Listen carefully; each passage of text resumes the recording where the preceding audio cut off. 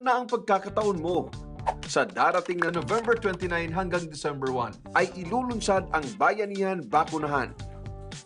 Ano nga ba ang Bayanihan Bakunahan? Ang Bayanihan Bakunahan o ang National Vaccination Day ang malawakang bayanihan o pagtutulungan ng National Task Force Against COVID-19, DOH, DILG at ng buong medical community sector na isasagawa sa halos 8,000 vaccination sites sa buong bansa na naglalayong pataasin pa ang bilang ng mga bakunadong Pilipino. 15 million doses, 17 regions sa loob ng 3 araw. Sama-sama tayo sa Bayanihan Bakunahan at maging bayani para sa kapwa nating Pilipino. Mga kababayan, sama-sama nating ipakita ang lakas isang bayan nating labanan ang COVID. Ligtas, lakas, buo Pinas.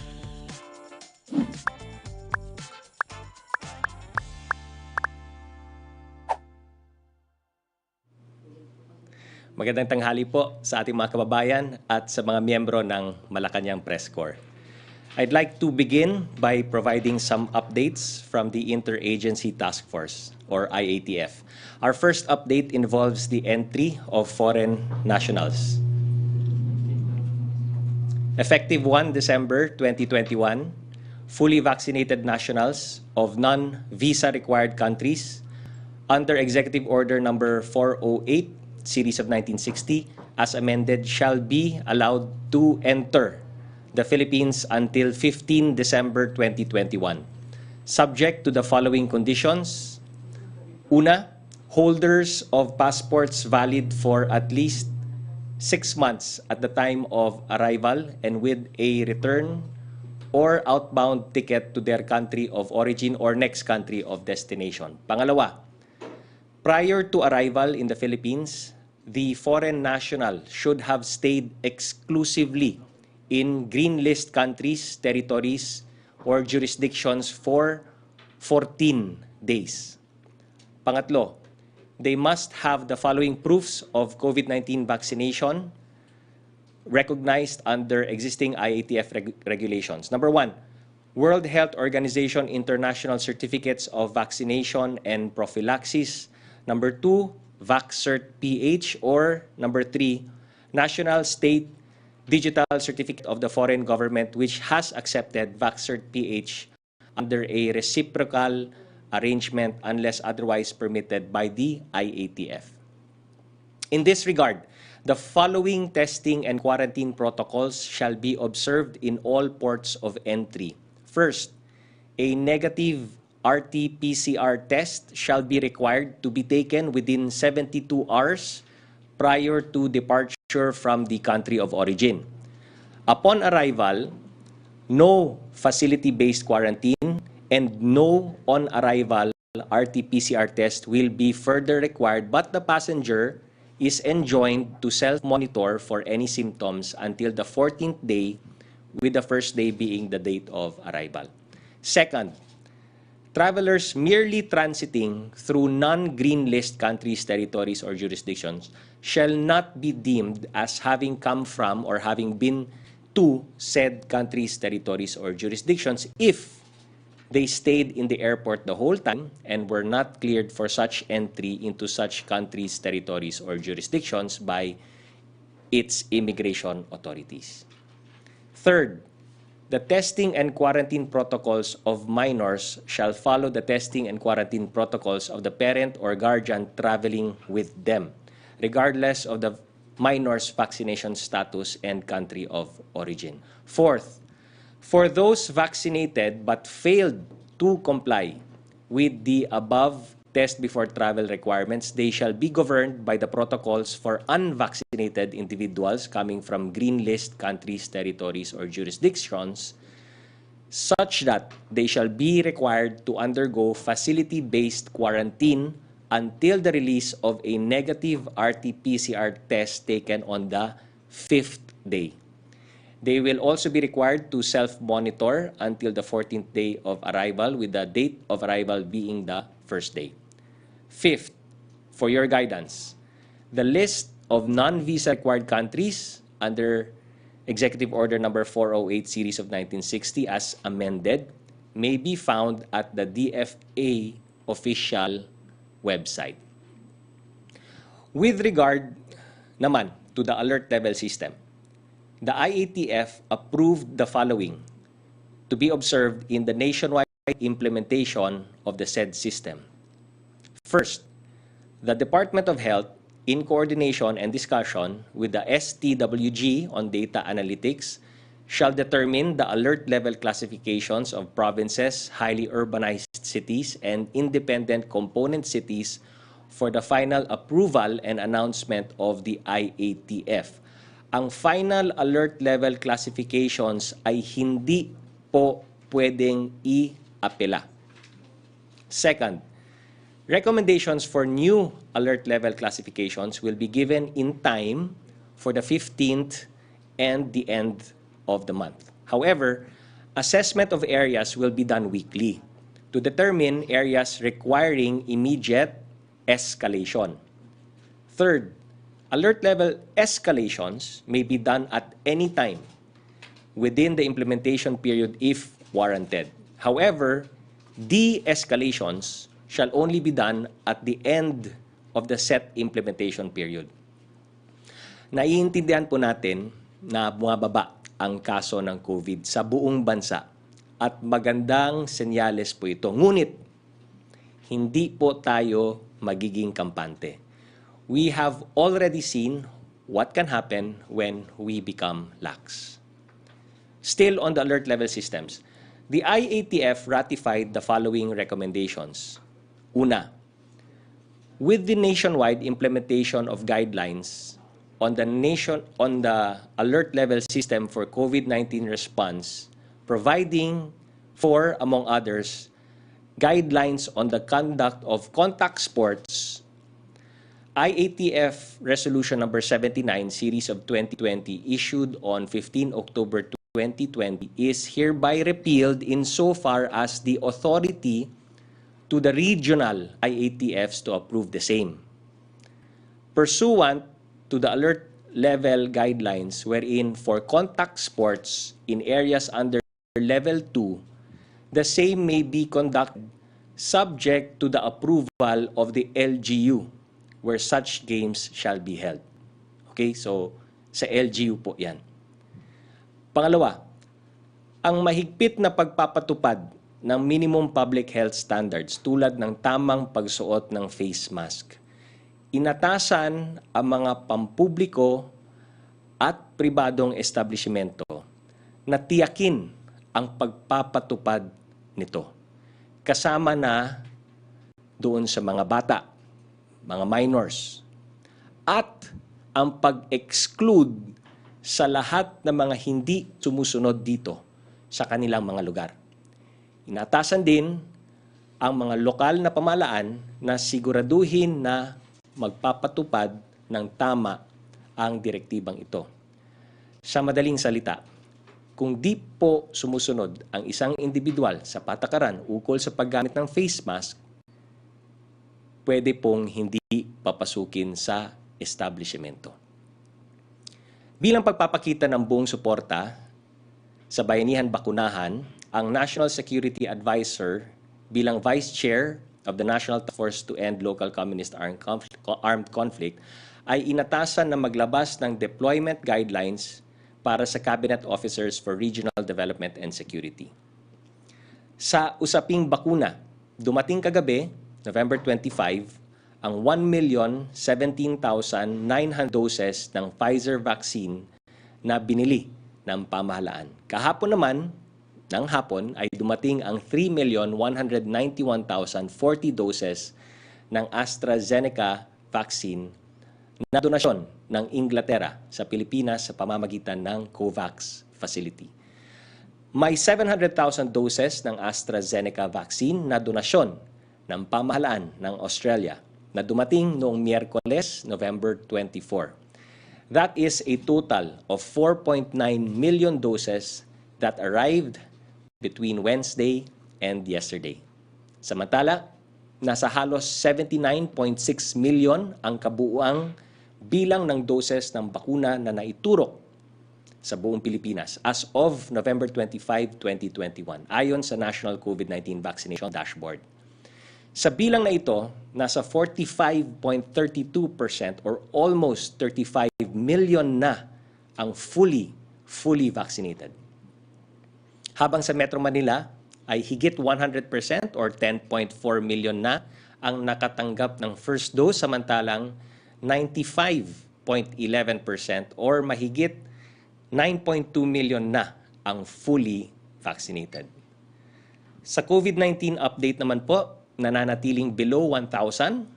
That's 975 ang mga bagong kaso ayon sa datos ng DOH na may petsang November 25, 2021. Ang kabuang bilang ng mga aktibong kaso ay nasa 17,796.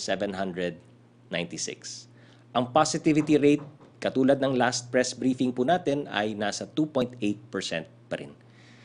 Patuloy ang pagtaas ng gumaling. Nasa 97.7% ito.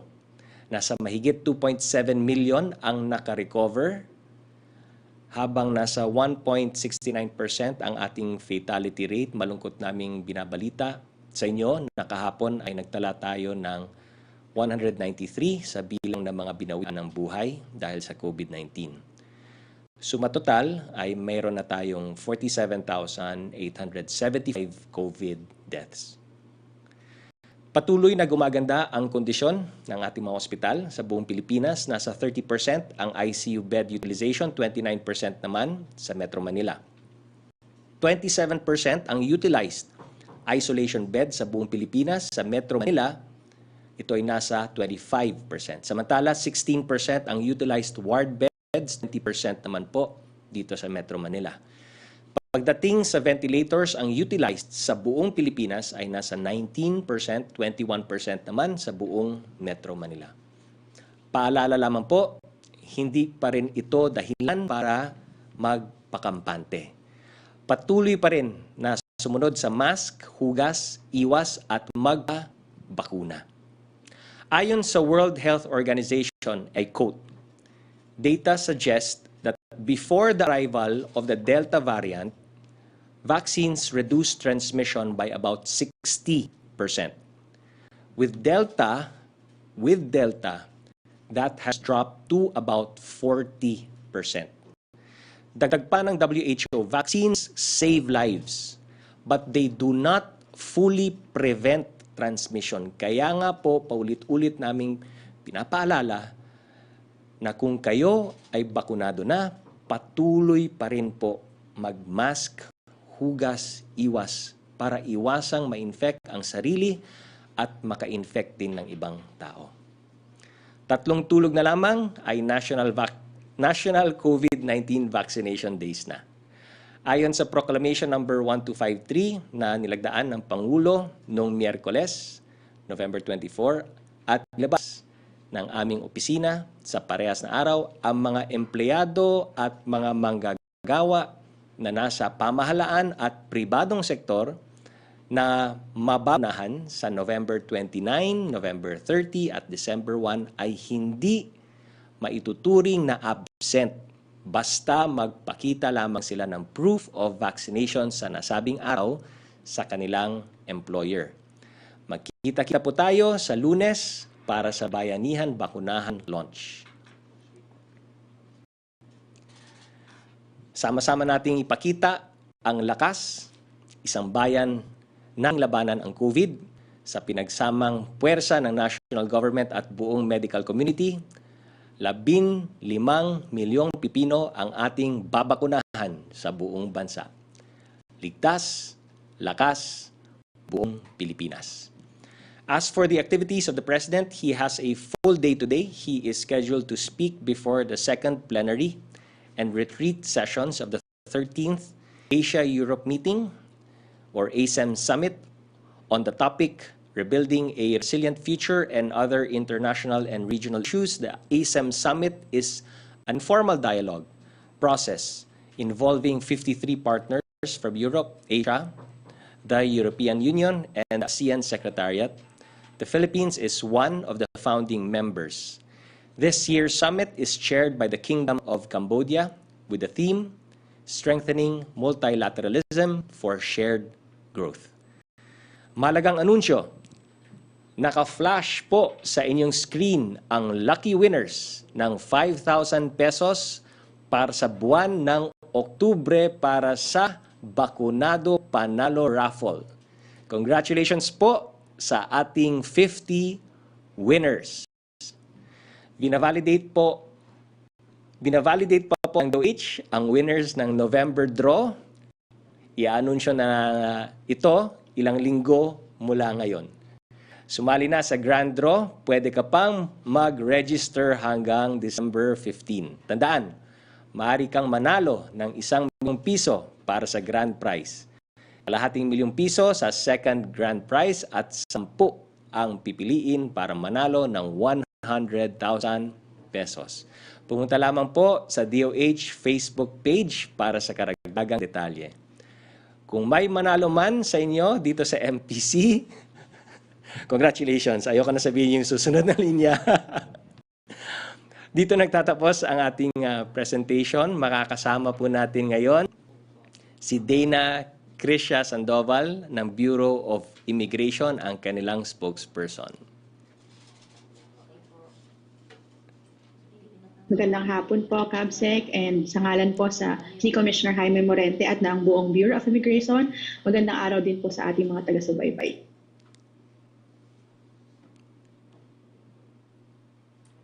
Dana? Hello, magandang araw, Kabsec. Yes. Dana, go ahead. Hello, there. Would you like to speak about yung ano natin, December 1 natin, na pagpapapasok ng ating mga those coming from green list countries, territories, and jurisdictions? All right po. Sa ngalan po ng Bureau of Immigration, handaan na po ang BI dito po sa opening ng ating bansa, dito po sa pagpasok ng mga foreign nationals, ng mga turista starting on December 1. So we have implemented several changes para po maging ready and full force ang ating manpower during that period. So ang ating frontline personnel, in full force po yan. Banned po sila ngayon from filing vacation leaves during the holiday season. Lalong-lalo na po ay tumatanggap na tayo ng turista galing po sa ibang bansa. We have also maximized our manpower by adding 99 new immigration officers, and there's also another batch of immigration officers na inaantay po natin na ma-deploy din. And niresume na rin natin ang paggamit ng ating mga e-gates for arriving Filipinos. Makakatulong po ito sa mga OFWs lalong-lalo na nauuwi po ngayong Kapaskuhan. Malaki po yung naitutulong nito sa pagpapabilis ng pagpaproseso ng arriving Filipinos. Normally, it takes around 45 seconds for processing ng isang tao, isang individual. But with the use of the e-gates, bumaba po ito up to 8 seconds. Temporarily po kasi sinuspindi muna ang paggamit po nito during the pandemic, because there were fears na magkaroon ng contamination dahil hinahawakan po ito for biometrics capturing. But sa ngayon po, ito po ay nag-implement tayo ng strict sanitation measures para masigurado po na mamamaximize natin yung gamit po nitong e-gates at makakatulong dito sa pagpapabilis ng proseso sa arriving passengers. And meron din po tayong rapid response team. So lahat po ng immigration officers na nakadeploy sa back-end offices, naka-standby po yan kung sakali pong kakailanganin po natin ng added manpower for the holiday season. Maraming salamat, Dana. At pumunta naman po sa mga questions from the media. Yusek Rocky. Yes, good afternoon, Secretary Nograles and kay Ms. Dana. Question from Mela Les Moras ng PTV and Jermaine Jamponsala ng ABS-CBN. Same question din po with Tuesday News ng DCBB. Metro Manila mayors last week said they would let the IATF decide on mobility curbs for children aged 12 below. How soon can we expect this decision? Yung IATF po ay magre-reply letter na po sa Metro Manila Council, maging sa mga mayors na nagsulat po sa IATF. So IATF will be replying to their letter regarding that question or issue or concern po nila. At kagaya ng nabanggit ko na nga kanina sa ating latest resolution ng IATF, yung mga establishments po, lahat po tayo, public and private establishments, unang-una sa lahat, kailangan po natin talagang ma-implement na lahat ng pumapasok, labas ng ating mga establishmento ay dapat naka-minimum public health standard protocol. Sinusunod nila ang minimum public health standards. Kabilang na po dyan yung pagsuot ng face mask. So, meron pong authority ang mga establishments na doon sa mga hindi nagsusot ng face mask or hindi kaya magsuot ng face mask, kabilang na po dito yung mga minoridad, ay meron po silang authority na hindi po papasukin sa kanilang establishmento. At kami po ay nananawagan sa mga LGUs to ensure that this is strictly being enforced. So, ganoon na lamang po ang kasagutan, ang desisyon ng IATF tungkol sa concern po na yan. Opo. Second question from John Punsalan ng ABS-CBN. A doctor recently said a 1-year-old patient was admitted to the hospital with bronchopneumonia after going to a crowded area. How alarming does the IATF find this information, considering that recently another 2-year-old reportedly caught COVID-19 after going to the mall? Opo, ganun na nga po, crowded area, no? Sinabi crowded area. So, tandaan po natin yung 3 C's. Kabilang nandiyan yung crowded area, no? Those with close contact. Pag crowded area, pag kasama sa 3 C's, lalo pa pong importante na naka-minimum public health standards po tayo tulad ng pagsuot ng face mask. Para sa mga menor de edad, sabihin natin, mga batang-bata, mga infants lalo na hindi naman makapagsuot ng face mask, dapat automatic na po para sa ating lahat, maging magulang, dadan, tayong mga adults, nasa responsibility na siguro natin yan, no? Na pag crowded area, pag closed area, doon may close contact, hindi naman makapagsuot ng face mask, so hindi natin dadalhin. Okay, number 1. Number 2 po, pangalawa, yung establishmento na mismo, private or public establishments. Pag hindi naka-face mask, kasama mga bata dyan, huwag na lang po natin papasukin. Authority nyo na po yan. That is part and parcel of your responsibility and obligation na rin po. Huwag papasukin kung hindi naka-face mask. Minimum public health standards, no? And number 3, LGUs. LGUs must strictly enforce that, no? And tulong-tulong po tayo dito. Ito po yung pinakamensahe ng IATF. Third question po, from Lanes Capanti ng GMA News Online. When will the IATF allow the private sector to use its COVID-19 vaccine supply for booster dose of its employee? I will refer you to the answer of Secretary Galvez. He already spoke to that issue. So nagsalita na po siya. Ang pinaka-gist ng sagot niya, we must prioritize. It is our moral responsibility and obligation to prioritize po yung wala pang bakuna. Thank you, Secretary. Can we go to Mela Lesmoras of PTV4? Hi, good afternoon, Secretary Nograles at kay Spokesdana. Sir, unahin ko lang follow-up question dun nga sa mga bagong IATF policies para sa inyo po ni Spokesdana. Tatanong ko lang po, since magiging parami na ng parami yung mga tinatanggap natin sa Pilipinas, paano naman po tayo mag-iingat lalo na't may na-detect na namang bagong variant ng COVID-19 sa South Africa na pinangangambahang malala din yung possible na maging epekto? Paano po kaya natin yun marireconcile? Sa ngayon, as early as now, ano po kaya yung mga measures na gagawin ng government para hindi ito matulad sa Delta variant na talagang maraming naapektuhan sa buong bansa, sa Bureau of Immigration side and sa Malacanang side po? Opo, on the IATF side and on the Malacanang side, no, of course the DOH is aware. The IATF is also aware. We are monitoring, no, intently monitoring itong situation na ito. Tuloy pa rin po ang ating ginagawa na genomic surveillance on the ground. At patuloy rin po yung pakikipag-ugnayan natin sa WHO. We are in communication, constant communication with WHO and monitoring developments on their front, especially awaiting their advisories kung ito bang variant na ito is considered a variant of interest or a variant of concern. But rest assured sa ating mga kababayan na minomonitor natin ito intently.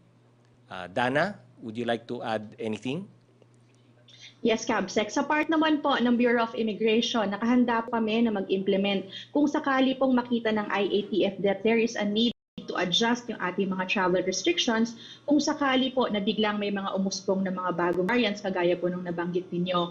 And immediately po yan, meron po kaming system in place na kapag may directive po ang IATF na kailangan pong baguhin, immediately po kaya po nating i-implement. And we have the sufficient manpower naman po para tugunan po itong mga pangangailangan na ito. Doon naman po sa ating mga areas, sa immigration areas, of course, sa pagbubukas po ng ating shores dito sa mga foreign travelers. There's always a risk kasi dadami po yung mga babiyahe, but we have implemented strict protocols and social distancing po doon sa ating areas para masigurado po na natin na minimize po yung risk habang sila po ay dumadaan doon sa immigration area. Opo. And thank you po. At Cabsec, tungkol naman sa National Vaccination Days, para lang din clear sa ating mga kababayan, may mga nagtatanong po kasi kung bakit nga hindi ginawang special non-working holidays, yung 3 days na yun. And just a situational, just for the record, kasi yun nga may mga kababayan tayo like senior citizens or may comorbidities. So kung kasama lang, kunyari anak na sasamahan yung nanay niya na may comorbidities or a senior citizen, hindi siya, absent siya sa trabaho dahil hindi siya yung mismo nagpabakuna? Yung mga intricacies ng mga details na yan, I suppose will be between the employer and employee na pag-usapan nila. Base naman dito sa IATF at sa mga issuances na pwedeng ibigay ng national government, dito lang po tayo sa general rule. And the general rule is, if you are scheduled or you will be vaccinated during those vaccination days, then the employer should allow you to get vaccinated. So dito lang po tayo sa general rules. Sa particulars po, that's really between the employer and the employee para mapag-usapan nila yan. And to answer your question, the reason why hindi po siya holiday ay dahil naman po, of course, number one, kailangan nating paandarin ang ating ekonomiya, lalong-lalo na sa panahon ngayon. Let's use this, itong pagbaba ng cases ng COVID, maganda nakita na yung numero, this is really a chance and opportunity to rebound economy. That being said, syempre, kailangan natin na magtrabaho. No? At ang i-exempt lang doon, yung hindi pa bakunado at kailangan magpabakuna during those 3 national vaccination days. So, ganun po yung logic behind the decision. Opo. Pero sir, sa government side, handang-handa na po ba tayo? All set na po ba yung mga vaccines po ba natin ay nakadeploy na sa iba't ibang lugar? Opo. Lahat po, yung deployment, lahat ng assignments, lahat ng tasking at responsibilities down to the regional level at pakikipag-ugnayan po natin sa mga LGUs ay napaghandaan na po nating lahat. Nag-meeting na naman kami sa IATF kahapon to again emphasize and remind at sa araw na ito and sa susunod pang mga araw na iwan before the November 29 ay patuloy pa rin yung ating pagtutok, pag-monitor, pag-remind at ang patuloy naming panawagan sa lahat na hindi pa nagpabakuna, kailangan magpabakuna ay let's take advantage of the 3 days ng National Vaccination Days para magpabakuna na. Yes, back to Rocky. Yes, thank you, Secretary. From Melales Moras pa rin po, and Lanes Capante, what is the passage daw po to China who is asking the Philippine government to remove to remove BRP Sierra Madre in Ayungin Shoal? Nagsalita na po si Secretary Lorenzana tungkol sa issue na yan. So, yung sinabi po ni Secretary Lorenzana, I believe is already sufficient. Opo. From yung tanong po ni Joel Peleño ng DWIC, na tanong na po ni Mela Lesmora. From Rosa Licos ng UNTV, ano pong masasabi ng Malacanang sa umano'y commitment ng Pilipinas na alisin ng BRP, Sierra Madre? May ganito bang pangako ang Duterte administration sa China? Ano po ang reaksyon ng palasyo sa demand ng China na alisin ng BRP? Alam niyo, paulit-ulit namang binabalikan lagi ni Pangulong Duterte, no, sa mga summits, pati na rin sa pagsalita niya sa United Nations. Binabalik-balikan natin lagi yung UNCLOS at yung Arbitral Award.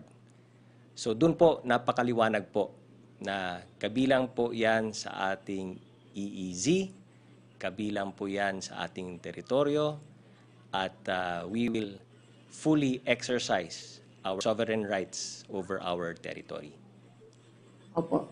Second question po niya, ano daw po masasabi sa suggestion ni Senator Lacson na reinforce o refurbish ang BRP Sierra Madre? Sierra Madre, bakit kayo sang-ayon o di sang-ayon dito? Patuloy naman tayo sa pag-implement natin ng ating AFP modernization. So sa patuloy nating pag-implement ng ating AFP modernization, kasama po dyan ang ating mga naval assets. Opo. Yung third question po niya ay nasagot niya na po, Secretary. Alvin Baltasar po ng PBS Radio Pilipinas, kumusta po ang response ng Governor and Mayor sa naging appeal ni Pangulong Duterte sa kanila na yung mga magpapabakuna sa dalawang kilalang fast food chains sa magiging vaccination sites din ay baka pwede pong diretsong ina after ng bakuna? Actually, dyan sa sinabi ni Pangulo, actually kabilang naman po yan sa mga incentives na we try to as much as possible incentivize, no? As much as possible, no? People, para maengganyo sila na magpabakuna, no? But operationally, pagdating po sa ground, it's really up to the mayors, governors on how they will implement yung pag-incentivize. Ngayon, meron din po tayong mga private sector partners na nag-o-offer ng kanilang mga lugar as vaccination sites para hindi na po hassle for the public, no?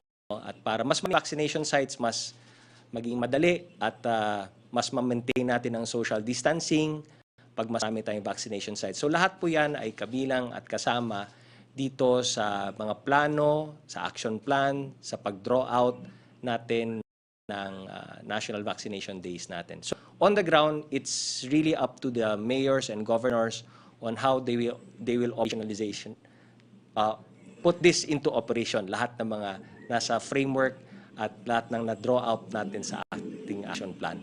And of course, the private sector is welcome to support us all the more. Opo, yung second question ni Alvin Baltasar ay nasagot niyo na rin po, Secretary. Ang third question niya, do we expect the President to have his booster shot on Monday doon sa lugar na pupuntahan niya para sa National Vaccination Day? We still await, no, ano yung maging advice ng kanyang personal physician. From Trish Terada ng CNN Philippines, South Africa has detected a new variant while its implications are unclear. How will this development affect our border control protocols? What will the government do to prevent its entry or minimize its impact on in case na po it's in? Similar question din po ni Argel Geducos ng Manila Bulletin, Rosa Licos ng UNTV at Christina Maralit ng Tribune at ni Maricel Halili po ng TV5. Opo, patuloy pa rin yung ating pakikipag-ugnayan sa WHO, no? And we await any advisory coming from the WHO, especially kung i-declare ba itong variant of interest or variant of concern. Pero that being said, nakatutok naman po tayo, ang DOH, ang IATF dito sa concern na yan. We are monitoring any developments. On the ground, patuloy pa rin ang ating genomic surveillance. So, abangan na lang po natin, this is a new development and we continue to actively monitor the situation. Opo. Second question po niya, will the IATF tighten restrictions for children? If yes, what prompted that decision? Again, if you look at our resolutions, no, the latest resolutions, itong mga bagong resolutions ng IATF, makikita natin diyan na ine-emphasize po talaga natin na number one, everybody must comply with the minimum public health standards, particularly yung pagsuot ng face mask. No? Number two, pagdating sa establishments have a right, in fact, an obligation and a responsibility na huwag papasukin yung hindi makapagsuot ng face mask. LGUs are mandated to implement and ensure the implementation of the same. Tayo, mga Pilipino, mga magulang, guardians, adults, syempre, responsibilidad natin yan. No? Pagdating sa ating mga anak, pagdating sa mga menor de edad. Pag hindi kaya magsuot ng face mask dahil bata, talagang menor de edad, talagang at a very young age, huwag nating dalhin sa closed, crowded places. Huwag nating pilitin. Because itong mga patakaran na to, ginagawa natin para sa kaligtasan po ng lahat. Opo. Question po ni Pia Gutierrez ng ABS-CBN. Hong Kong recently monitored 2 confirmed cases of the new South Africa variant. Hong Kong is a green list territory. Ano po ang plano gawin ng IATF tungkol dito? We're actively monitoring any and all developments with regard to this concern, no? Particularly, syempre, yung pakikipag-ugnayan rin po natin sa WHO. Opo. Follow-up question po ni Maricel Halili ng TV5. Will the government impose a stricter travel restrictions for those coming from South Africa and neighboring countries following the discovery of a new variant? We're actively monitoring any developments, and if kinakailangan ng agaran at immediate action, ay gagawin po ng IATF. Opo. Second question po niya, can the government afford to lower the alert level in NCR this December despite the discovery of the new variant? Yung alert level systems, meron po tayong mga parameters po dyan. So, susundin natin yung parameters, no? Gaya ng na-announce nga sa latest IATF resolution po natin, pag kinakailangan i-escalate agad, no? Very clear po yan sa ating resolution. Yung de-escalation gagawin natin every 15th and end of the month. Yung ating pag-monitor din kung anong alert level system ang bawat area, we do it weekly. But in terms of escalation, kung kinakailangan, ASAP agad yan. Opo. From Jonah Villaviray na Asahi, Manila, what did the President speak about in his intervention at the Asia-Europe meeting o ASEM summit? Did he raise the Ayungin Shoal attack to highlight the need for greater multilateral cooperation to ensure freedom of navigation in the South China Sea? Malacanang will issue a statement immediately after the conclusion of the event. Opo. Question from Celerina Monte ng NHK, ganun din po ni Jerome ng Reuters. Entry po ng clarification daw po sa entry ng foreigners. Why is it only December 15, 2021? That's a good question. This is something that we are doing step by step. So, ang nilabas na resolution ng IATF is hanggang December 15. But if upon the implementation of this ng December 1, syempre, imo-monitor natin.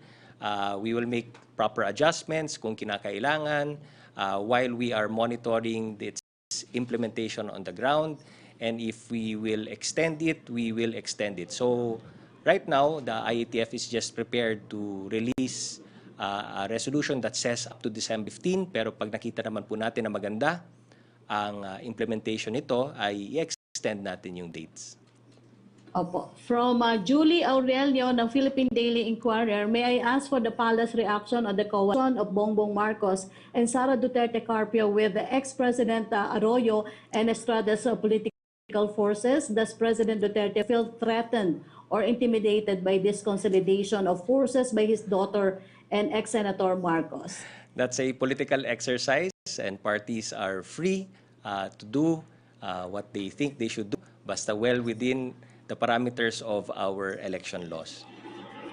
Opo. Question from Dario Agnote of Sinwa. Kasama po ba daw yung tourist doon sa mga foreigners from non-visa countries? At ang tanong naman po ni Jerome ng Reuters, for tourists na ba yung fully vaccinated foreigners? Opo, let's give it to Dana. Dana? Yes po, yes, Cabsec. Good afternoon. Starting po, December 1, yes, yung mga tourists po coming from the green list countries within the last 14 days, kailangan po, very particular tayo doon, kailangan doon sila sa green list countries nang galing within the last 14 days, pwede pong pumasok. So yung EO408 po kasi yan ang nagsasabi po na sila po ay visa-free, hindi po silang pumasok dito. These are 157 countries, nationalities that may enter, but kailan po nanggaling po sila doon sa 44 na green list countries? Opo. From Ms. Dana, may tanong po si Vance Fernandez, with the reopening daw po of a lot of economic activities in the country in the past month, what does the Bureau of Immigration project of outgoing Filipino travel? Is there an expected projection of increased numbers of people immigrating out of the country for things such as work, vacation? Actually, overall, bumaba yung movement ng people in and out the country during the pandemic. But slowly, as the economy recovers, and then pati yung mga other countries ay unti-unti pong nag-open ng kanilang mga borders, we're seeing more movement of people, both coming in and out of the country. So siguro by the end of the year or early next year, mas makakita tayo ng higher figures than the ones that we have seen for 2020. Opo. Secretary Nograles, yung tanong po ni JP Soriano ng GMA News about Ayungin Shoal at China issue ay nasagot nyo na rin po. Opo. Secretary Nograles, salamat po. Thank you, Ms. Dana, and thank you, MPC. Thank you very much, Yusek Rocky, and we'd also like to thank Dana Krisha Sandoval ng Bureau of Immigration. Mga kababayan, sa kabila ng maraming hamon at tagumpay, nananatili ang pangangailangan para sa pinagkaisang adhikain, para sa paghilom at pagbangon ng bayan. Hanggang ngayon, nananatili ang ating panawagan, kailangan nating magtulungan. Maraming salamat po, ingat po lagi, God bless, and have a happy weekend po.